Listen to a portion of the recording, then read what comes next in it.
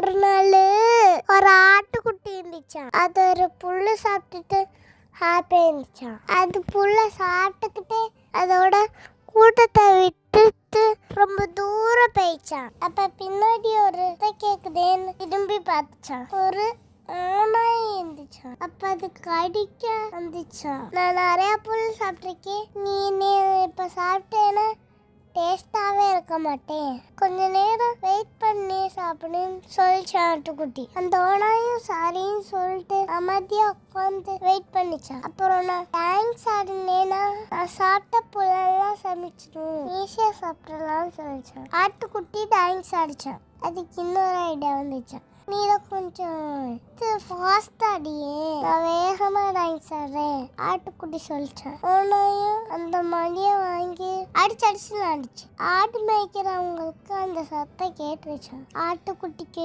ஏதோ ஒரு ஆபத்து புரிஞ்சுக்கிட்டாலாம். அவர் வளர்க்குற 2 நாயையும் 2 நாயும் வந்துச்சான். அந்த நாயை விரட்டுச்சான். தைரியமா பொறுமையா இதனால அந்த ஆட்டுக்குட்டி தப்பிச்சிருச்சான். இதுல இருந்து என்ன தெரிஞ்சுக்கிறோம்? இந்த நாயை 2 குட்டிங்களும் வந்து காப்பாத்தும். அதான் தெரிஞ்சுக்கிறேன்.